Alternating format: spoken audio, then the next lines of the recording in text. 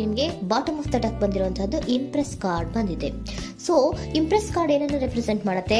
ಕೆಲವೊಂದು ರೀತಿಯ ನಿಮ್ಮ ಲವ್ ಲೈಫಿನ ವಿಚಾರದಲ್ಲಿ ಶಾಂತವಾಗಿರ್ಬೇಕು, ಸಮಾಧಾನವಾಗಿರ್ಬೇಕು, ಒಂದು ಪ್ರೀತಿ ಇರಬೇಕು ಅನ್ನುವಂತಹದ್ದು, ಮತ್ತೆ ಒಂದು ಸ್ಟೇಬಲ್ ಆಗಿರ್ಬೇಕು ಅನ್ನುವಂತಹ ರೀತಿಯಲ್ಲಿ ನೀವು ಆಲೋಚನೆಯನ್ನು ಮಾಡ್ತಾ ಇರುವಂತಹದ್ದು ಬಾಟಮ್ ಆಫ್ ದ ಡೆಕ್ ಅಲ್ಲಿ ರೆಪ್ರೆಸೆಂಟ್ ಆಗ್ತದೆ. ಲೈಫಿನ ವಿಚಾರದಲ್ಲಿ ನೀವು ಪಾಸ್ಟಿನಲ್ಲಿ ಕೆಲವೊಂದು ರೀತಿಯ ಕೆಲವೊಬ್ಬರಿಗೆ ಸೋಲ್ಮೇಟ್ ಕನೆಕ್ಷನ್ ಅನ್ನ ರೆಪ್ರೆಸೆಂಟ್ ಮಾಡ್ತಾ ಇದೆ ಕೆಲವೊಬ್ಬರಿಗೆ. ಓಕೆನಾ? ನಿಮ್ಮ ಪ್ರೀತಿಯಲ್ಲಿ ಒಂದು ರೀತಿಯ ಬಾಂಡೇಜ್ ಇರುವಂತಹದ್ದು ರೆಪ್ರೆಸೆಂಟ್ ಆಗ್ತಾ ಇದೆ. ಹಾರ್ಮೋನಿಗಳು ಇರುವಂತಹದ್ದು ರೆಪ್ರೆಸೆಂಟ್ ಆಗ್ತದೆ ಕೆಲವೊಬ್ಬರಿಗೆ. ಓಕೆನಾ? ಮತ್ತೆ ಕೆಲವೊಬ್ಬರಿಗೆ ನಿಮ್ಮ ಲವ್ ಲೈಫ್ ನ ವಿಚಾರದಲ್ಲಿ ಥರ್ಡ್ ಪಾರ್ಟಿ ಸಿಚುಯೇಷನ್ ಅನ್ನ ರೆಪ್ರೆಸೆಂಟ್ ಆಗ್ತಾ ಇದೆ. ಓಕೆನಾ? ಥರ್ಡ್ ಪಾರ್ಟಿ ಸಿಚುಯೇಷನ್ಸ್ ಅನ್ನ ರೆಪ್ರೆಸೆಂಟ್ ಮಾಡ್ತದೆ ನಿಯರ್ ಪಾಸ್ಟಿನಲ್ಲಿ ನಿಮಗೆ. ನೆಕ್ಸ್ಟ್ ಕಾರ್ಡ್ ಬಂದಿರುವಂತಹದ್ದು ಪೇಜ್ ಆಫ್ ಸೋರ್ಟ್ಸ್ ಬಂದಿದೆ. ಥರ್ಡ್ ಕಾರ್ಡ್ ಬಂದಿರುವಂತಹದ್ದು ಯಾವುದು? ನಿಮಗೆ ಪೇಜ್ ಆಫ್ ಸೋರ್ಟ್ಸ್ ಬಂದಿದೆ. ಸೊ ಕ್ಯೂರಿಯಾಸಿಟಿ ಇದ್ದಂತಹ, ನಿಮ್ಮ ಲವ್ ಲೈಫಿನ ವಿಚಾರದಲ್ಲಿ ಒಂದು ಕ್ಯೂರಿಯಾಸಿಟಿ ಇದ್ದಂತಹ, ಒಂದು ರೀತಿಯ ಬಾಂಡೇಜ್ ಇದ್ದಂತಹ, ಸ್ವಲ್ಪ ನೀವು ಮಾತಾಡಿರುವಂತಹ ಸಾಧ್ಯತೆಗಳು ರೀಸೆಂಟ್ ಪಾಸ್ಟ್ ನಲ್ಲಿ ರೆಪ್ರೆಸೆಂಟ್ ಆಗ್ತಾ ಇದೆ. ಸೊ ನಿಮ್ಮ ಲವ್ ಲೈಫಿನ ವಿಚಾರವಾಗಿ ಒಂದು ರೀತಿಯ ಬಾಂಡೇಜ್ ಇರುವಂತಹದ್ದು, ನೀವು ಕೆಲವೊಬ್ಬರಿಗೆ ಥರ್ಡ್ ಪಾರ್ಟಿ ಸಿಚುಯೇಷನ್ ಮತ್ತೆ ಕೆಲವೊಬ್ಬರಿಗೆ ಸೋಲ್ಮೇಟ್ ಕನೆಕ್ಷನ್ ಅನ್ನ ರೆಪ್ರೆಸೆಂಟ್ ಮಾಡ್ತಾ ಇದೆ.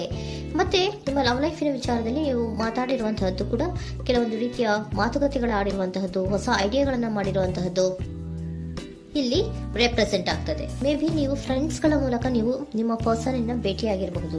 ಯಾವುದೋ ಕೆಲವೊಂದು ಫಂಕ್ಷನ್ ಗಳಲ್ಲಿ ನೀವು ನಿಮ್ಮ ಪರ್ಸನ್ ಅನ್ನ ಭೇಟಿಯಾಗಿರುವಂತಹ ಸಾಧ್ಯತೆಗಳು ಇದೆ ಅನ್ನೋದನ್ನ ನಿಮ್ಮ ಪಾಸ್ಟ್ ನಲ್ಲಿ ರೆಪ್ರೆಸೆಂಟ್ ಮಾಡ್ತಾ ಇದೆ. ನೆಕ್ಸ್ಟ್, ಅಟ್ ಪ್ರೆಸೆಂಟ್ ನಲ್ಲಿ ಯಾಕೋ ನಿಮ್ಮ ಲವ್ ಲೈಫಿನ ವಿಚಾರದಲ್ಲಿ ಫೀಲಿಂಗ್ ಲೆಫ್ಟ್ ಔಟ್ ಆಗಿರುವಂತಹ ಸಾಧ್ಯತೆಗಳು ರೆಪ್ರೆಸೆಂಟ್ ಆಗ್ತಾ ಇದೆ. ಅಟ್ ಪ್ರೆಸೆಂಟ್ ನಲ್ಲಿ ಯಾಕೋ ಕೆಲವೊಂದು ರೀತಿಯ ಚಿಂತೆಗಳಿರುವಂತಹದ್ದು, ವರೀಸ್ಗಳಿರುವಂತಹದ್ದು, ಬೇಜಾರಿನಲ್ಲಿ ನಿಮ್ಮ ಲವ್ ಲೈಫಿನ ವಿಚಾರದಲ್ಲಿ ಇರುವಂತಹದ್ದು ರೆಪ್ರೆಸೆಂಟ್ ಆಗ್ತಾ ಇದೆ. ಯಾಕೆ ಅಂದ್ರೆ ನಿಮ್ಮ ಲವ್ ಲೈಫಿನ ವಿಚಾರವಾಗಿ ಕೆಲವೊಂದು ರೀತಿಯ ಬದಲಾವಣೆಗಳಾಗ್ತಾ ಇರುವಂತಹದ್ದು ರೆಪ್ರೆಸೆಂಟ್ ಆಗ್ತಾ ಇದೆ. ಯಾಕೋ ಕೆಲವೊಂದು ಚೇಂಜಸ್ಗಳಾಗ್ತಾ ಇರೋದ್ರಿಂದ ನೀವು ಬೇಜಾರಿನಲ್ಲಿ ಇರುವಂತಹದ್ದು.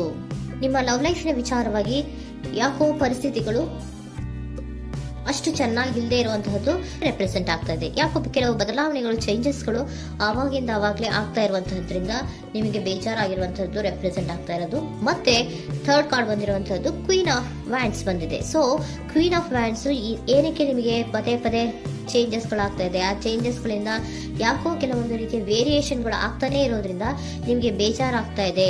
ಸೊ ಅದಕ್ಕೋಸ್ಕರ ನೀವೇನ್ ಮಾಡ್ತೀರಾ? ಬಹಳ ಧೈರ್ಯವಾಗಿ ಕೆಲವೊಂದು ನಿರ್ಣಯಗಳನ್ನ ಮಾಡುವಂತಹ ಸಾಧ್ಯತೆಗಳು ಅಟ್ ಪ್ರೆಸೆಂಟ್ ನಲ್ಲಿ ರೆಪ್ರೆಸೆಂಟ್ ಆಗ್ತಾ ಇದೆ. ಬಹಳಷ್ಟು ಧೈರ್ಯದಿಂದ ಇಂಡಿಪೆಂಡೆಂಟ್ ಆಗಿ ಕೆಲವೊಂದು ನಿರ್ಣಯಗಳನ್ನ ಮಾಡಬೇಕು ಅನ್ನುವಂತಹ ಆಲೋಚನೆಗಳನ್ನ ಮಾಡ್ತಾ ಇರುವಂತಹದ್ದು ರೆಪ್ರೆಸೆಂಟ್ ಆಗ್ತಾ ಇದೆ. ಯಾಕೆ ಅಂದ್ರೆ ಆವಾಗಿನವಾಗೆ ನಿಮ್ಮ ಲವ್ ಲೈಫಿನ ವಿಚಾರದಲ್ಲಿ ತುಂಬಾ ಏರುಪೇರುಗಳಾಗ್ತಾ ಇರೋದ್ರಿಂದ ಆ ವಿಚಾರದಲ್ಲಿ ಸ್ವಲ್ಪ ಬೇಜಾರುಗಳು ಇರುವಂತಹದ್ದು ರೆಪ್ರೆಸೆಂಟ್ ಆಗ್ತದೆ. ಇನ್ ಇಮಿಡಿಯೇಟ್ ಫ್ಯೂಚರಿನಲ್ಲಿ ಯಾಕೋ ನೀವು ಕೆಲವೊಂದು ವಿಚಾರಗಳಲ್ಲಿ ನೋಡಿ ಆತಂಕ ಪಡ್ತಾ ಇರುವಂತಹ, ಎಗೇನ್ ಬೇಜಾರನ್ನ ಪಡ್ತಾ ಇರುವಂತಹದ್ದು, ನಿದ್ರಾಹೀನತೆಯನ್ನ ಮಾಡ್ಕೋತಾ ಇರುವಂತಹದ್ದು, ಸ್ಟ್ರೆಸ್ಸಿನಲ್ಲಿ ಇರುವಂತಹದ್ದು ರೆಪ್ರೆಸೆಂಟ್ ಆಗ್ತಾ ಇದೆ. ಕೆಲವೊಂದು ನಿರ್ಣಯಗಳನ್ನು ತಗೊಳ್ಳುವಂತಹ ಸ್ಟ್ರೆಸ್ಗಳಲ್ಲಿ ಇರುವಂತಹದ್ದು ಕೆಲವೊಬ್ಬರಿಗೆ ಯಾಕೋ ಇಮಿಡಿಯೇಟ್ ಫ್ಯೂಚರ್ ನಲ್ಲಿ ಕೂಡ ರೆಪ್ರೆಸೆಂಟ್ ಆಗ್ತಾ ಇದೆ. ಆದ್ರೆ ಫ್ಯೂಚರ್ ನಲ್ಲಿ ನೀವು ಏನ್ ಮಾಡ್ಬೇಕಾಗಿತ್ತು? ಸೊ ಕ್ವಿಕ್ ಥಿಂಕಿಂಗ್ ಅನ್ನ ಮಾಡ್ಬೇಕಾಗಿತ್ತು. ಕೆಲವು ವಿಚಾರಗಳ ಬಗ್ಗೆ ನೀವು ಫೋಕಸ್ ಅನ್ನ ಮಾಡ್ಬೇಕಾಗಿತ್ತು. ಏನಾಗ್ತಾ ಇದೆ ನಮ್ಮ ಲವ್ ಲೈಫಿನ ವಿಚಾರದಲ್ಲಿ ಅನ್ನೋದನ್ನ ಫೋಕಸ್ ಅನ್ನ ಮಾಡಿದ್ರೆ ನಿಮ್ಮ ಲವ್ ಲೈಫಿನ ವಿಚಾರದಲ್ಲಿ ಕೆಲವೊಂದು ರೀತಿಯ ಫುಲ್ಫಿಲ್ಮೆಂಟ್ಗಳು, ಸಮಾಧಾನಗಳು, ಖುಷಿಗಳು ಇರುತ್ತೆ. ಯಾವಾಗ ನೀವು ಫೋಕಸ್ ಅನ್ನ ಮಾಡೋದಿಲ್ವೋ ಆಗ ನಿಮ್ಗೆ ಮತ್ತಷ್ಟು ಆತಂಕಗಳು, ಬೇಜಾರುಗಳು ಆಗುವಂತ ಸಾಧ್ಯತೆಗಳು ಇದೆ.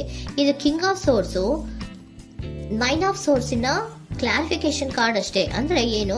ನೀವು ಕೆಲವೊಂದು ವಿಚಾರಗಳಲ್ಲಿ ಫೋಕಸ್ ಅನ್ನ ಮಾಡಬೇಕು. ಲವ್ ಲೈಫಿನ ವಿಚಾರಗಳಲ್ಲಿ ಫೋಕಸ್ ಅನ್ನ ಮಾಡಿ ಕೆಲವೊಂದು ರೀತಿಯ ಆಕ್ಷನ್ಸ್ ಗಳನ್ನ ತಗೊಂಡ್ರೆ ಫುಲ್ಫಿಲ್ಮೆಂಟ್ ಗಳಾಗುವಂತಹ, ಸಮಾಧಾನಗಳಾಗುವಂತಹ, ಖುಷಿಗಳಾಗುವಂತಹ ಸಾಧ್ಯತೆಗಳು ಇದೆ.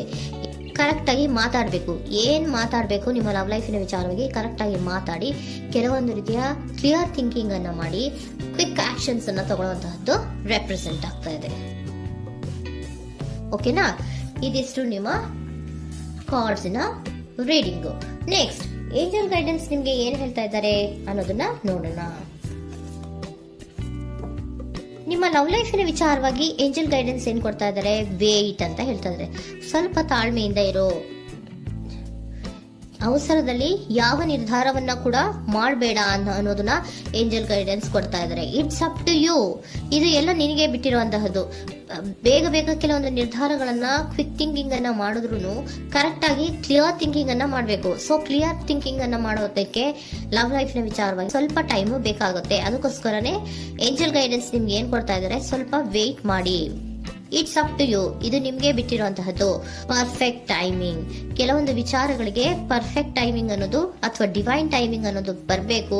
ಆಗ ಕೆಲವೊಂದು ನಿರ್ಣಯಗಳನ್ನ ಮಾಡಬಹುದು.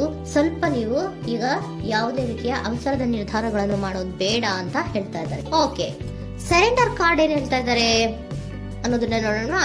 So surrender, frustration doesn't open any doors.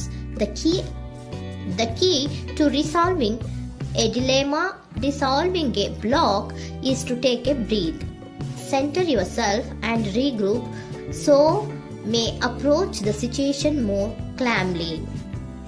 Frustration, ಹತಾಶೆ ಅನ್ನೋದು ಮಾಡ್ಕೋಬೇಡಿ. ಹತಾಶೆ ಮಾಡ್ಕೊಳ್ಳೋದ್ರಿಂದ ನಿಮ್ಗೆ ಯಾವುದೇ ರೀತಿಯ ಹೊಸ ಐಡಿಯಾಗಳು ಬರಲ್ಲ, ಹೊಸ ಥಿಂಕಿಂಗ್ಗಳು ಬರಲ್ಲ, ಕ್ಲಿಯರ್ ಥಿಂಕಿಂಗ್ ಅನ್ನ ಮಾಡಕ್ಕೆ ಸಾಧ್ಯ ಆಗಲ್ಲ.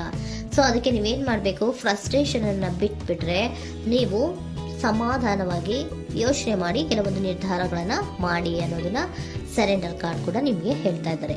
ಸೊ ನಿಮ್ಮ ಲವ್ ಲೈಫಿನ ವಿಚಾರದಲ್ಲಿ ಈಗ ಸ್ವಲ್ಪ ನಿಮ್ಗೆ ಬೇಜಾರುಗಳಿರುವಂತಹದ್ದು, ಕೆಲವೊಂದು ಬದಲಾವಣೆಗಳು, ವೇರಿಯೇಷನ್ಗಳು ಆಗ್ತಾ ಇರುವಂತಹದ್ದು ರೆಪ್ರೆಸೆಂಟ್ ಆಗ್ತಾ ಇದೆ.